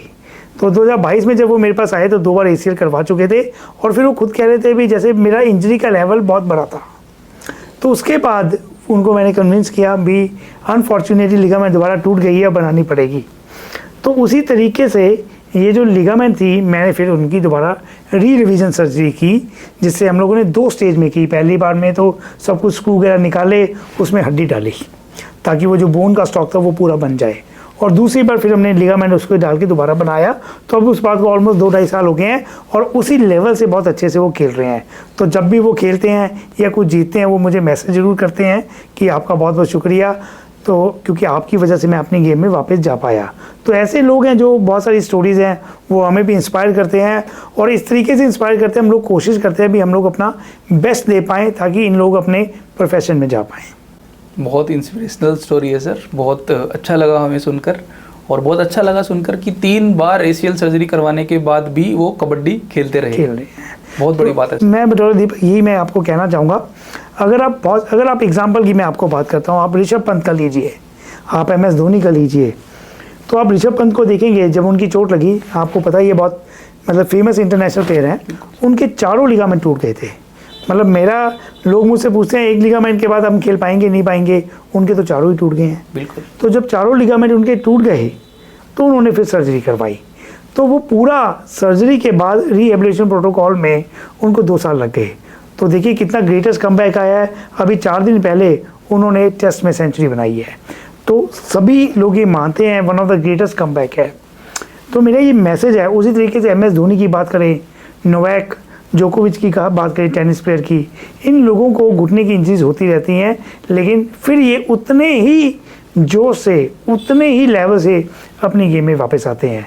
तो मैं हमेशा अपने दर्शकों को यही एक मैसेज देना चाहूँगा कि जो लिगामेंट इंजरीज़ हैं, ये आपको आपकी रूटीन एक्टिविटीज़ में या आपकी गेम कि ये रोकने में बाधा नहीं बन सकती। आप इनको ढंग से करवाइए, इनका ऑपरेट करवाइए अगर ज़रूरत है, और अपने गेम में वापस जाइए। बहुत बढ़िया सर, बहुत बढ़िया, ताली बजाने वाली बात है सर, बहुत बढ़िया सर। अब हमारा सर सेकंड राउंड है, जिसमें हम बात करेंगे कि बहुत सारे लोगों के मन में कुछ धारणाएं हैं, जी कुछ सोच हैं, वो सोच गलत भी हो सकती हैं, वो सोच सही भी हो सकती हैं। बिल्कुल बिल्कुल। हम वो सोच आपको बताएंगे, आपको बताना है कि वो सोच सही है या वो सोच गलत है। बिल्कुल सर, बिल्कुल। कुछ लोग सोचते हैं कि अगर ACL टूट गया तो सर्जरी करवानी ही पड़ेगी। देखो, ACL टूटने का मतलब ये नहीं है कि आपको सर्जरी करवानी पड़ेगी। ACL टूटने के बाद ये डिपेंड करता है भी आपकी कौन सी ग्रेड की लिगामेंट टूटी है।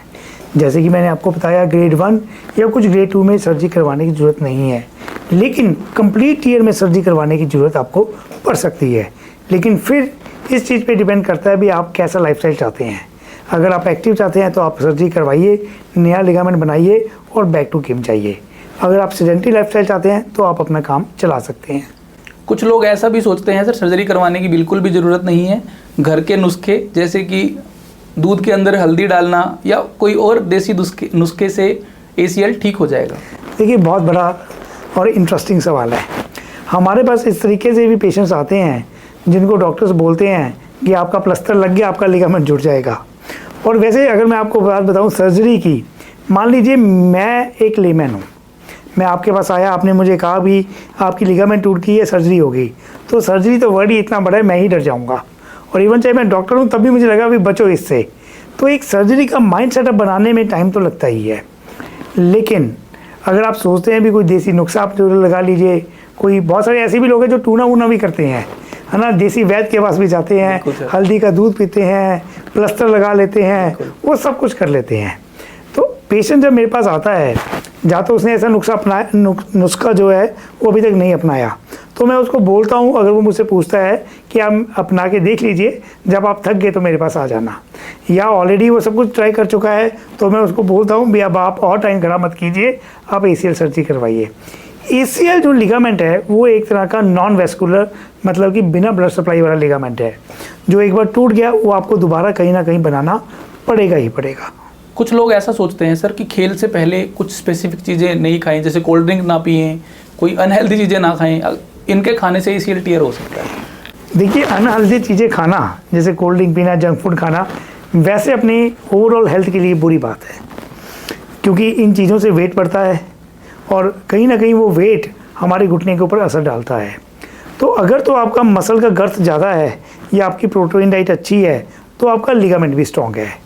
लेकिन अगर आप कहेंगे कोल्ड ड्रिंक खाने से लिगामेंट डायरेक्टली तो नहीं टूट सकता, इनडायरेक्टली आपकी मोटापे की वजह से, आपके लिगामेंट के वीक होने की वजह से, उसकी छोटी सी पिवटिंग इंजरी से वो टूट सकता है।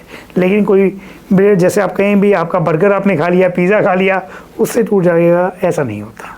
कुछ लोग ऐसा सोचते हैं सर कि उनको गेम खेलना नहीं आता या उनकी स्किल सही नहीं है गेम की, अभी उन्होंने सीखा नहीं है खेल को, अगर वो इस खेल को खेलेंगे तो ACL टूटने के चांस ज़्यादा हैं। देखिए, ऐसा नहीं है। हम लोग बेसिकली जैसे एक नॉर्मल इंसान के लिए लगाइए जो कि प्लेयर नहीं है, तो वो जैसे वो खेलेगा, जैसे मान लीजिए मैंने ज़िंदगी भर कभी रनिंग नहीं की और मैं आज से रनिंग करना चाहता हूँ, ऐसा तो है नहीं भी मैं पहले दिन जाऊँगा और 10 किलोमीटर एट ए स्ट्रेच भाग लूँगा। थोड़ा सा बॉडी को वार्म अप करूँगा, पहले दिन आधा किलोमीटर भागूँगा, दूसरे दिन 1 किलोमीटर भागूँगा, तीसरे दिन 2 भागूँगा, ऐसे करके मैं धीरे धीरे 10 किलोमीटर या हाफ मैराथन के लिए रेडी हो जाऊँगा। तो कोई भी जो स्पोर्ट्स है उसके लिए जो स्पोर्ट्स से पहले की तैयारी है वो बड़ी इंपॉर्टेंट है। स्पोर्ट्स की पहले की तैयारी का मतलब अपनी बॉडी को पूरा वार्म अप करना, सही से फुटवियर पहनना, प्रॉपर एक्सरसाइज करना और अपने मसल मास को बनाना। तो जो वार्म अप का टाइम है या मसल मास को बनाने का टाइम है वो किसी भी मतलब एलीट स्पोर्ट्स को खेलने से पहले ज़रूरी है। अगर वो आप खेल देंगे या वो आप काम करेंगे तो आपका ACL लिगामेंट कहीं नहीं जाएगा। लेकिन अगर आप कहें कि मैं थोड़ा सा खेल लूँ लिगामेंट टूट जाएगा, ऐसा कभी नहीं होता। कुछ लोग ये सोचते हैं सर कि अगर तेल से डेली मालिश करी जाए तो धीरे धीरे मालिश करने से ACL बन जाएगा। देखिए, वही नुस्खों वाली बात है। कोई भी चीज़, चाहे हल्दी का दूध लगा लीजिए, तेल का मालिश लगा लीजिए या कोई प्लास्टर लगा लीजिए, ये लिगामेंट को नहीं जोड़ सकता। लिगामेंट को तो आपको दोबारा कहीं ना कहीं बनाना पड़ेगा, उसके बिना इसका ट्रीटमेंट नहीं है अगर ये पूरा टूट गया तो। कुछ लोग सोचते हैं सर कि एक बार अगर एसीएल टूट गया तो कितना भी इलाज करवा लो, सर्जरी करवा लो, कोई ना कोई प्रॉब्लम तो लाइफ टाइम बनी ही रहेगी। देखिए ये बड़ी मिसकंसेप्शन है। अगर आप बात करेंगे, जैसे आप नी रिप्लेसमेंट की बात कीजिए, उसमें लोगों के घुटने तिरछे हो जाते हैं और लोगों का बाथरूम टॉयलेट तक जाना मुश्किल हो जाता है। तो उसी तरीके से नी रिप्लेसमेंट करवा के वो लोग बैक टू लाइफ आ जाते हैं। वैसे ही अगर हम स्पोर्ट्स की बात करें और एसीएल की बात करें, तो बिना एसीएल के आप अपना घुटना बिल्कुल ख़राब कर लेंगे और 5-7 साल में इस घुटने को, 25 साल के घुटने को 60 का कर देंगे। अगर अपना टाइम पे आप एसीएल करवा लेंगे तो आपकी लचक भी ख़त्म हो जाएगी, आपके उसके साथ आपकी जो एसोसिएटेड इंजरीज़ हैं वो भी ख़त्म हो जाएंगी और आपका घुटना भी बच जाएगा, जो आपका लाइफ लॉन्ग चलेगा। शुरुआत के 2-3 महीने के लिए थोड़ा बहुत पेन, स्वेलिंग ये हो सकता है, लेकिन वो टाइम से बिल्कुल ख़त्म हो जाएगा। कुछ लोग सोचते हैं सर कि सर्दियों में मसल और लिगामेंट ज़्यादा स्टिफ होते हैं, तो सर्दियों में इंजरी ज़्यादा होती है। देखिए ये तो मुझे लगता है कहीं ना कहीं आपकी सच्चाई भी है, क्योंकि सर्दियों में क्या होता है, विंटर में हमारी बेसिकली बॉडी का टेम्परेचर है जो बाहर है ना, और हमारी बॉडी के टेम्परेचर में बहुत फ़र्क है, और कहीं ना कहीं हम लोग सिकुड़ के भी बैठे होते हैं, हमारा मूवमेंट कम हो जाता है। तो अगर आप देखेंगे भी, अगर आपका जाते जाते सर्दियों में दरवाजे पे हल्का सा हाथ टच हो जाए या बॉल लग जाए, आपको बड़ी जोर से चोट लगती है। तो उसी तरीके से वार्म अप करना सर्दियों में बड़ा इंपॉर्टेंट है। आप देखेंगे अगर सर्दियों में भी हम ढंग से वार्म अप करते हैं तो हम अच्छे से रनिंग या स्पोर्ट्स खेल सकते हैं। तो मैं इस के माध्यम से आपको यही कहूँगा कि जो वार्म अप है वो गर्मियों में थोड़ा जल्दी हो जाता है, सर्दियों में टाइम लेता है। कोई भी स्पोर्ट्स आप खेलते हैं, चाहे वो गर्मी है चाहे सर्दी है, आप प्रॉपर वार्म अप कीजिए फिर गेम पे आइए। बहुत सारे लोग एक्यूपंक्चर की बात भी करते हैं कि एक्यूपंक्चर से नी लिगामेंट इंजरी को पूरे तरीके से ठीक किया जा सकता है। देखिए एक्यूपंक्चर से आप या फिजियोथेरेपी से आप ओवरऑल थोड़ा बहुत पेन में रिलीफ तो कर सकते हैं, लेकिन लिगामेंट नहीं बन सकता। लिगामेंट तो आपको, जो कि एक नॉन वेस्कुलर चीज़ है, वो आपको दूरबीन से कहीं ना कहीं बनाना पड़ेगा ही। तो अगर आप सोचते हैं एक्यूपंक्चर से होना या फिजियोथेरेपी से या प्लास्टर से लिगामेंट बन जाएगा, वो एक मिथ है। कुछ लोग सोचते हैं सर कि ओल्ड एज लोगों में अगर स्पोर्ट्स खेलते हैं ओल्ड एज लोग, तो उनमें ज़्यादा कॉमन है ACL injury. So old age में ये हो सकता है भी आपका जो मसल का मास है वो कम हो सकता है, जिसके कारण आपका लिगामेंट के ऊपर लोड है या स्ट्रेस है वो बढ़ सकता है। तो वो एक कारण हो सकता है एसीएल इंजरी का। लेकिन अगर आप वही आपका मसल का गर्थ अच्छा है तो एज मायने नहीं रखता, क्योंकि ओल्ड एज में मैं आपको यही कह रहा हूँ ना, मसल का मास कम है। मान लीजिए 30 में आपका मसल बिल्कुल वीक है, उसमें भी टूट जाएगा। तो डायरेक्ट कोई रिलेशन नहीं है, लेकिन जो मसल का गर्थ है वो इम्पॉर्टेंट इसमें रिलेशन रखता है। क्या सर आप ये सोचते हैं कि एसीएल इंजरी का हमारी सोसाइटी में मिस डायग्नोसिस, यानी कि पता नहीं चलता, एसीएल हो गया है लेकिन लोगों को पता नहीं चलता, बहुत कॉमन है? देखो 90% जो एसीएल इंजरी है वो मिस हो जाती है, क्योंकि जैसे कि मैंने आपको बताया अभी, जैसे ऑर्थोपेडिक्स में स्पेशलिटी में चली गई है। कहीं भी जनरल ऑर्थोपेडिक सर्जन के पास अगर आप जाएंगे, क्योंकि एसीएल लिगामेंट में एक्सरे का तो पता नहीं चलता, तो बेसिकली वो मिस हो सकता है। मान लीजिए कोई पेशेंट हमारे पास आया तो उसने कहा भी मैं खेल रहा था और मेरी ट्विस्टिंग हुई, तो हम लोग जैसे अंदाज़ा ये हमें लग जाता है भी एसीएल इंजरी हो सकती है, और हम लोग एमआरआई या क्लिनिकल टेस्ट से डायग्नोज कर सकते हैं। लेकिन आम अगर आप किसी क्वैक के पास जाते हैं या किसी हड्डी वाले डॉक्टर के पास जाते हैं जो गाँव वगैरह में होते हैं, वो एसीएल इंजरी को मिस कर सकते हैं। सर किसी को एसीएल इंजरी हो गया तो ये कुछ लोग ब्रेसेस या फिर गर्म पट्टी बांध के घूमते रहते हैं और खुश रहते हैं कि हमारा ठीक हो जाएगा, इसके बारे में आप क्या कहना चाहेंगे? देखिए ब्रेसेस और गर्म पट्टी बड़ी नुकसानदायक है, क्योंकि ब्रेसेस से क्या होता है भी आपका घुटना वजन लेता ही नहीं है, वो ब्रेस आपको सपोर्ट करता रहता है और आपका मसल का मास ख़त्म हो जाता है। मैंने बहुत सारे लोग ऐसे देखे हैं जो 4-4, 5-5 साल से पैंट के अंदर छोटी ब्रेस लगा के चलते हैं, और उनका एक ही कहना होता है भी सर जब मैं ब्रेस निकाल देता हूँ तो मैं घुटना वजन नहीं लेता। एक्चुअली में उनका लिगामेंट तो टूटा होता ही होता है, अब उनका मसल भी ख़त्म हो गया, तो अब उनको डबल नुकसान है। तो मैं हमेशा रिकमेंड करता हूँ कि ब्रेस बिल्कुल ना पहनिए, रेदर आप अपने मसल पे काम कीजिए।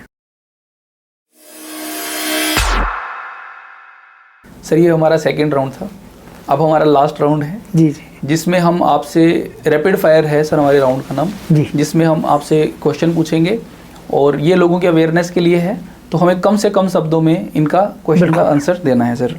तो हमारा सबसे पहला क्वेश्चन है सर, एसीएल इंजरी का सबसे कॉमन कारण क्या है? ट्विस्टिंग इंजरी होना, बहुत सारी स्पोर्ट्स में या रोड ट्रैफिक एक्सीडेंट में जब भी आपका जो पैर है अटक जाएगा, बॉडी घूम जाएगी, घुटना ट्विस्ट हो जाएगा, इंजरी के चांसेस हैं। ACL इंजरी को होने से रोकने के लिए क्या करना चाहिए? देखिए, अगर आप स्पोर्ट्स खेलते हैं प्रॉपर वार्म अप कीजिए और अपने मसल पे काम कीजिए और बेसिकली ट्विस्टिंग इंजरी से बचें। तो यही जो कारण है वो आपकी इसी इंजरी को रोक सकते हैं। रोड ट्रैफिक एक्सीडेंट में मैं आपको ये हमेशा कहूँगा कि गाड़ी ध्यान से चलाइए। किस एज ग्रुप में ACL इंजरी सबसे ज़्यादा कॉमन है? यंग एज ग्रुप में, क्योंकि जब हम लोग जवान होते हैं, हमारी टीन एज है 15 से 30 साल में, हम लोग स्पोर्ट्स को ज़्यादा ध्यान रखते हैं और हमारी जो एक्टिविटी का लेवल है वो बहुत ज़्यादा होता है। तो यही एज ग्रुप है आपकी इंजरी ज़्यादा होने का। ACL इंजरी को लेकर लोगों में सबसे ज़्यादा गलत धारणा यानी कि मिसकंसेप्शन क्या है? कि ये जो ACL लिगामेंट है ये बिना ऑपरेशन से अगर कंप्लीट ये जुड़ जाएगा, जो कि बिल्कुल होता नहीं है, या ये कोई हल्दी करने से, टूना करने से, प्लस्तर से जुड़ जाएगा। तो प्लीज़ इसका ध्यान रखिए, कोई भी ऐसा नुस्खा नहीं है जो इसको जोड़ सकता है। ACL इंजरी को डायग्नोज करने के लिए सबसे ज़रूरी टेस्ट क्या है? वो है सर टेस्ट, अगर हम रेडियोलॉजिकल टेस्ट करें वो है MRI, जो डेफिनेट डायग्नोसिस देता है। दूसरा है कुछ क्लिनिकल टेस्ट जो आपका डॉक्टर करेगा। अगर किसी को लग रहा है कि उसको ACL इंजरी हुई है तो उसे सबसे पहला स्टेप क्या लेना चाहिए? सबसे पहले वो अपने डॉक्टर को दिखाए, ऑर्थोपेडिक स्पोर्ट्स सर्जन को या ऑर्थोपेडिक सर्जन को, जो उसका डायग्नोज बनाएगा। मैं हमेशा रेकमेंड करता हूँ कभी भी गांव में आप लोकल हड्डी बनाने वाले के पास या लोकल डॉक्टर के पास मत जाइए, आप एजुकेटेड एक ऑर्थोपेडिक सर्जन के पास जाइए जो कि आपकी इंजरी को डायग्नोज करे और आपको सही रास्ता दिखा सके। क्या ACL सर्जरी बहुत पेनफुल होती है? सर, अभी तो जो ACL सर्जरी है वो बिल्कुल ही पेनलेस हो गई है, क्योंकि एवोल्यूशन इतना आ गया है। फिर ये की होल सर्जरी है, इसमें चीरा लगता ही नहीं है, लेज़र से होती है।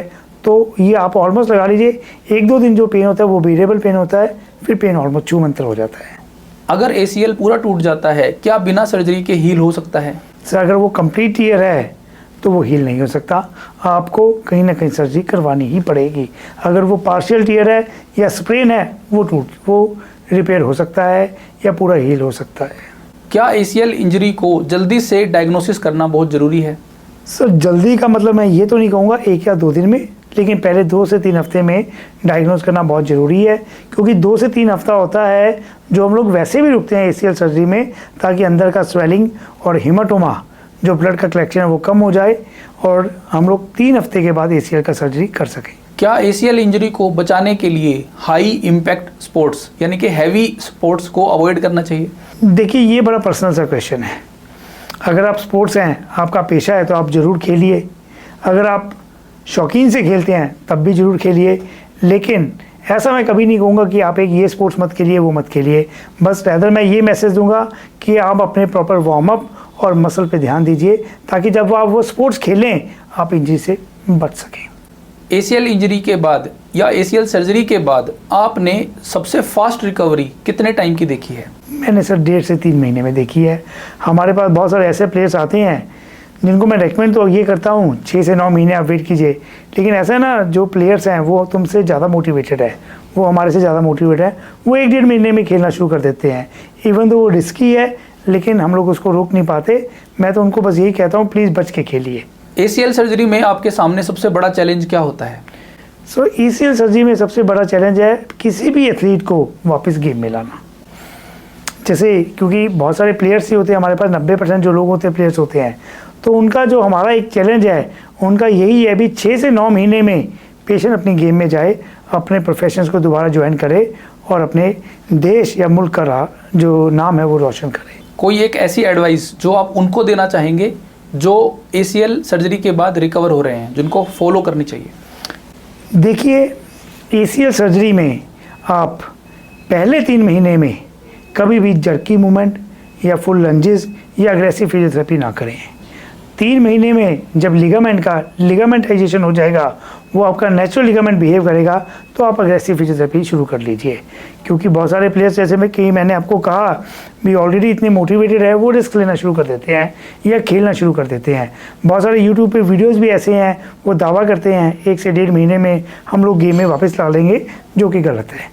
तो मेरा जो सही टाइम है मेरा कहने का वो है 6 महीना। आप कहीं ना कहीं आपको एक सीज़न मिस करना ही पड़ेगा अगर आप उसी तरीके से, उसी एनर्जी से गेम में वापस जाना चाहते हैं।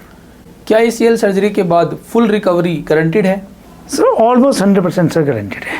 अगर आप सही तरीके से काम करेंगे, अगर आपके सर्जन ने मतलब प्रॉपर तरीके से ACL बिठाया है, उसका प्रॉपर टेंशन किया है और आपने बाद में पूरा रिहेबिलिटेशन प्रोटोकॉल फॉलो किया है, आपका कॉम्प्लिकेशन रेट से आप बचे हुए हो, तो आपकी गारंटी ऑलमोस्ट फाइनल है। क्या ACL इंजरी को केवल सिम्टम्स के बेसिस पे डायग्नोज किया जा सकता है? सर आप सिम्टम के बेस पे डायग्नोज तो कर सकते हैं, लेकिन आप उसको ऑपरेट नहीं कर सकते क्योंकि वो एथिकली सही नहीं है। आपने डायग्नोज किया, आपको लगा ACL इंजरी है, आपने MRI करवाया, MRI में तो वो इंटैक्ट हो गया, तो कहीं ना कहीं आपके क्लिनिकल टेस्ट में गलती हो गई, तो आप ऑपरेट नहीं कर सकते। तो ये दो चीज़ों के बाद आप डिसीजन लेते हैं, पहली बात क्लिनिकल टेस्ट, नंबर 2 MRI। अगर वो दोनों चीज़ें मैच करती हैं कि वो कंप्लीट क्लियर है, then you have to operate it.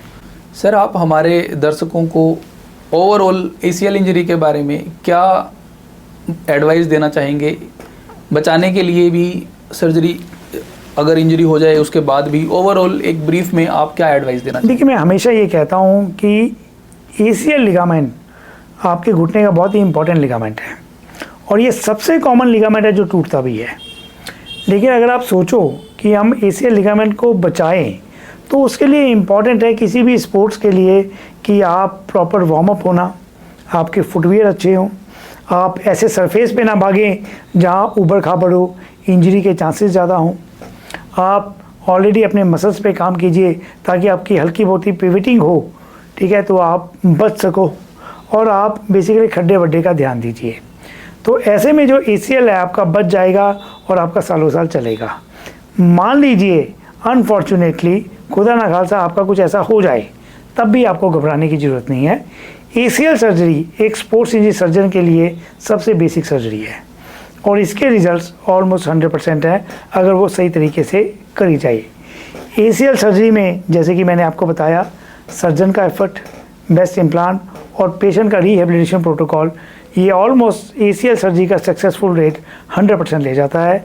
तो मैं हमेशा अपने पेशेंट से और अभी दर्शकों से यही कहूँगा कि ACL सर्जरी से अगर आपको करवाने की ज़रूरत है तो आप डरिए मत, अपने स्पोर्ट्स सर्जन से बात कीजिए और आगे बढ़िए। सर ये था हमारा आज का शो, जिसमें हमने ACL इंजरी के बारे में पूरी डिटेल में बात करी। डॉक्टर विवेक बंसल जो बठिंडा में orthopaedic surgeon, sports injury specialist हैं, इन्होंने हमें ACL इंजरी के बारे में बहुत ही विस्तार में कंप्लीट नॉलेज दी।